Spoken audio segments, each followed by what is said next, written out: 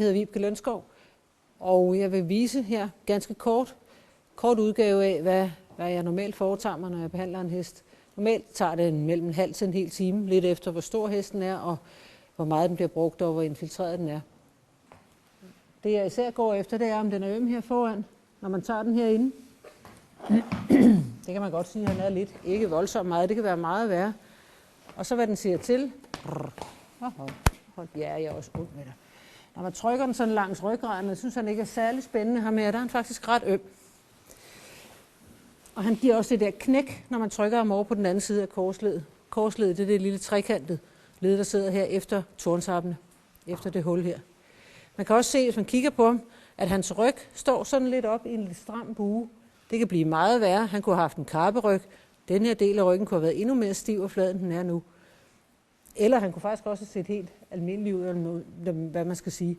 Jeg ved, at han bliver reddet flittigt, så egentlig så burde han have flere rygmuskler, end han syner til her. Men de kan godt ligge gemt hernede, fordi når hesten, og det jeg konstaterer, når jeg trykker ham her, det er, at hans korsled sidder skævt. Det er, at der er nogle nervesignaler, der går herfra og herop, som ligesom gør, at musklerne bliver trykket ned på hver sin side af ryggraden. Og derved vil han også måske løbe fra det, og i hvert fald have svært ved at bruge sin ryg korrekt. Mærker ham lige i nakken. Det kan man også gøre sådan. Kom. Sådan her på begge sider. Han er lidt øm over i den her side. Her mærker jeg ham igen, og her er han klart med øm i den anden side, ind i den anden side.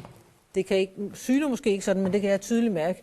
Jeg skal trykke meget mindre her, end på den anden side. Han bliver allerede sådan helt bekymret. Bare jeg rører ham lidt her foran. Tager ryggen igen. Der er han mindre øm, når jeg mærker på ham over i højre side, end han var i venstre side. Og her reagerer han stort set ikke. Man kan også gøre det, at man lige ser, hvordan nervesignalerne er. Der var ikke ret meget på den her side. Det blev bare stående. Men herover der har han klart bedre fornemmelse for sine nerver. Og det skal være ens. Det behøver ikke være lige kraftigt fra hest til hest, men det skal i hvert fald være ens fra højre til venstre side. Det er ikke spor ualmindeligt, at heste har et skævt korsled. Det har 100% af vores heste i den her stald haft. I hvert fald alle dem, jeg har mærket på. Det gælder både vores egne og vores pensionæres. Det er noget, de laver ude på folden, som regel. De render og leger og skvatter, eller skvatter ud af traileren, eller glider på staldgangen. Så kommer det her led til at sidde en lille smule skævt og klistre fast på nogle ledplader herude. Og så får de sådan lidt dagligdags problemer. De har svært at gå på et spor, gå lige. De kan have problemer med changementer. De kan slå op, de kan gå krydsgalop i den ene til den ene side, og sådan ligesom slå fra hele tiden, eller i det hele taget prøve på at undvige forskellige øvelser. Og det er meget forskelligt fra hest til hest. Det er også meget forskelligt, hvor meget de reagerer på det skæve korsled. Det jeg så gør normalt, det er, at jeg giver den noget akupunktur med laser, for at afspænde den så meget som muligt. Det med at afspænde hesten, det bruger jeg som regel rigtig lang tid på. Jeg koncentrerer mig selvfølgelig meget omkring korsledet og hofterne osv., og jeg afspænder den også her foran, hvor den tydeligvis er meget øm. Og nogle gange også her ved den her muskel, som er den, der løfter torsoen, og nakken osv. Og det er egentlig det, som tager længst tid i behandlingen, og det synes jeg er ret vigtigt, at man får det hele med. Hvis man skal kigge på en hest, om den er lige eller skæv, hvis man kigger på den bagfra, så skal den stå lige på benene. Det lyder meget nemt. Det er ikke altid så nemt at få dem til at stå lige. Og så han vil helst sætte det ene ben lidt foran det andet, og det betyder også, at aflaster man også lidt sit korsled. Man skal blive noget så afsindigt irriteret, når man så prøver på at få dem til at stå lige. Sådan, det var godt. Det man så skal kigge efter, det er, hvis den er skæv heroppe, så er det uopretteligt. Den deroppe, den hedder tuberous sacral. Hvis den ene er højere end den anden, det kan man desværre ikke rigtig gøre noget ved. Der er den altså faldet ret kraftigt på et tidspunkt i sit liv, sandsynligvis. Så kan man kigge om, eller mærke om de her 2 punkter herude, de er lige høje. Men det gør man altså ved at stille sig bagved den og mærke med sine fingre. Og der kan man også mærke, om den er drejet. Den her hest, den er drejet en lille smule skævt også, så den ikke nok med, at den er skæv den ene vej, så den er faktisk også skæv den her vej, så højre hofte stikker længere frem end venstre. Der sker så det, at når man retter den tit med dens korsled, så retter det her så af sig selv. Ikke altid, men ofte gør det faktisk, hvis det ikke er alt for meget. Nu skal vi så se, om vi kan få rettet det korsled på plads. Han er en lille smule nervøs nu, fordi nu er han godt klar over, at der skal ske et eller andet mere alvorligt. Kom. Dygtig. Ja, dygtig.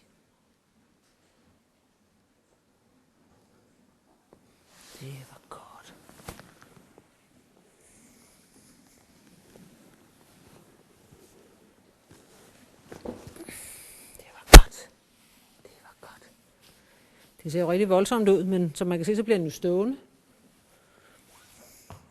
Og så er han klar med det andet ben, den er ikke så dum.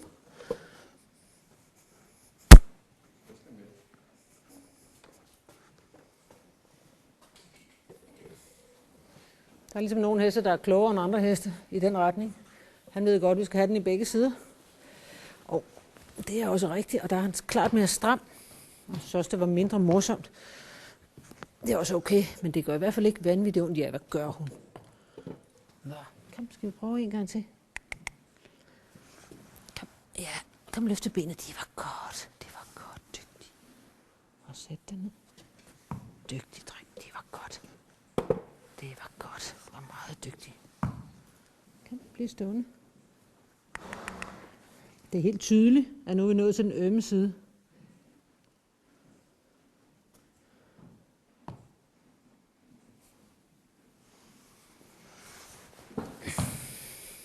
Det var godt. Dygtig. Dygtig. Og så er det så, hvis man har gjort sit arbejde ordentligt. Ja, jeg gjorde der skidt det der.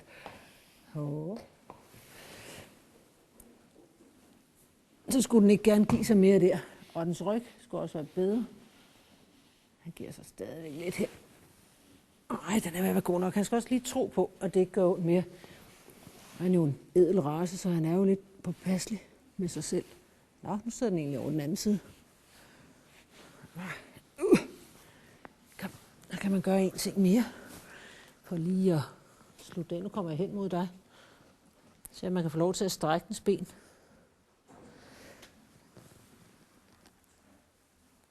Dygtig.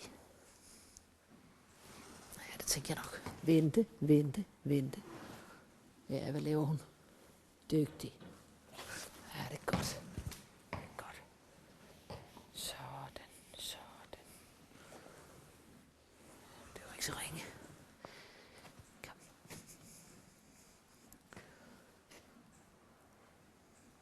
Ja, det er godt. Nej, jeg vil have det lidt mere.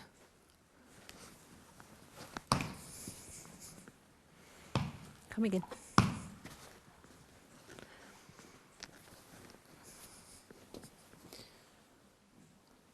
Dygtig.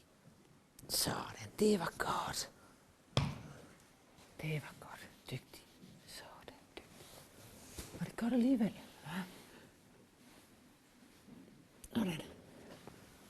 Så hjælp. Det har en ret forbløffende virkning at strække hans bagben den vej. Den er stadigvæk en lille smule øm her. Det synes jeg.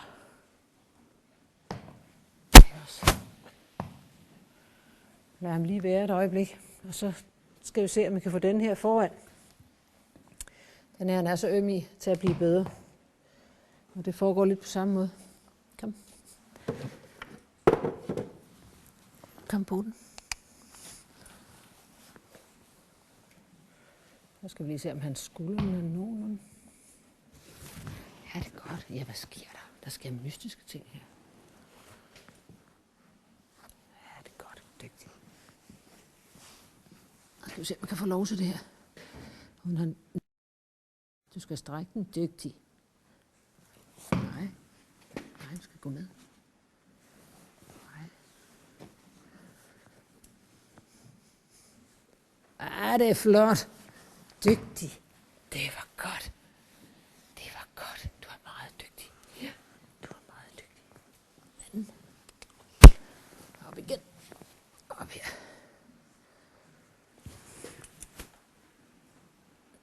Ja, det er flot. Du er dygtig.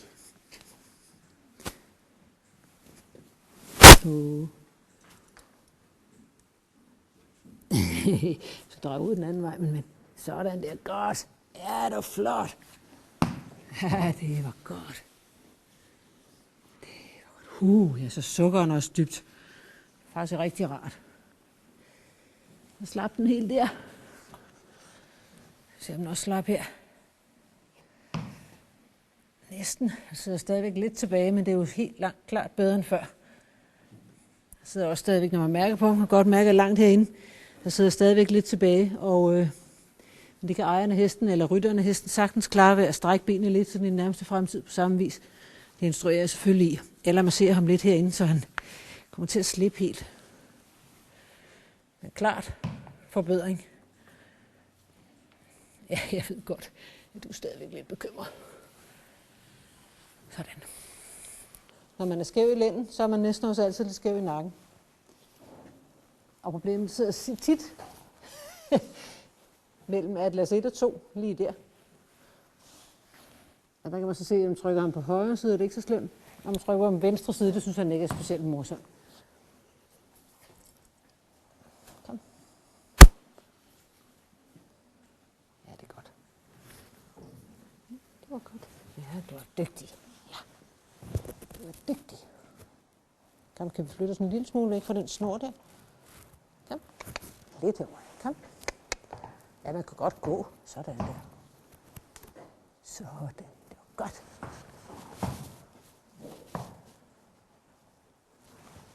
Ja, men du er så dygtig til det. Han er vildt smidig. Kan man se. Man kan også prøve at se, om man kan få lov at bøje hovedet sådan lidt længere ned på den. Ja, var det godt? Ja.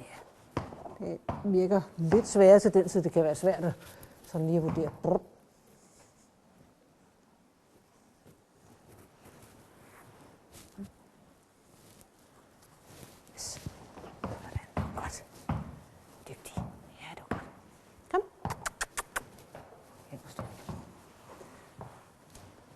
Sådan. Så slap, at den nu måtte være oppe i nakken også. Godt, det er godt. Så skal vi lige kaste et blik på ryggen igen, hvis du går hen til den. Godt. Så prøver vi lige endnu en gang, for at være helt sikker på, at nu også er gjort ordentligt. Og der er ikke den store reaktion herovre. Og det er det samme herovre. Så kan man lige teste hans nervesignaler for at se, at de kommer med. Det gik meget godt. Og er det det samme herovre? Ja, det er stadig en lille smule bedre i den her side, synes jeg faktisk. Den en lille smule bedre herovre. Nej, kom den med her også. Godt.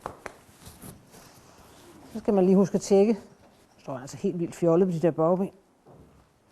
Sådan. At den så også er lige her, det synes jeg.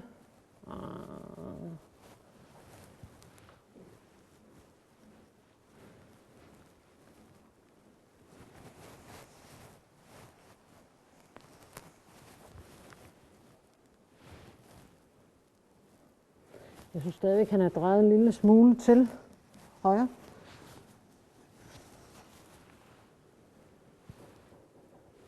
Nu skal jeg lige have lidt hjælp. På den her side herovre. Prøv lige at rette en lille smule. Det kan man gøre ved at tage, hvis du nu tager fat i hans bagben, trækker det lidt ind under maven. Og så slipper du bare, når jeg siger tæller til 3, så får ham til at slappe lidt med, bare sætte lidt ned. Hvordan? Og så ser vi 1, 2, 3. Godt. Okay.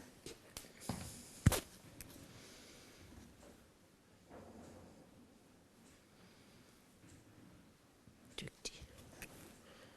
Og du skal lige træde ned på den. Nej, ikke derinde under. Bare der, hvor du havde det før, det var fint.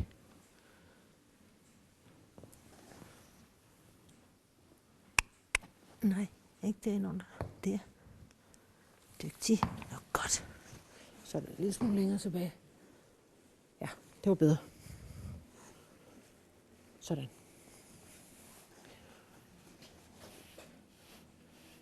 Og nu slap den også herover. Så kan jeg godt se, at han nu er blevet mere rund her. Han er knap så anspændt i sin ryg. Og det kan godt vise sig, at det bliver bedre og bedre for hver dag, fordi en hest, der bliver reddet så meget, som han gør, er selvfølgelig ikke uden rygmuskler. Nu ser jeg ham jo blive reddet. Så de er her jo et eller andet sted. Og jeg tror på, at når der er gået nogle dage, så vil de ligesom komme mere og mere til syne her på det stykke under ryggraden her. Og hvis de ikke gør det, så er det i hvert fald helt sikkert, at han får meget nemmere ved at sætte nogen i fremtiden. Fordi nu er han meget mere løs og frigjort i sin ryg.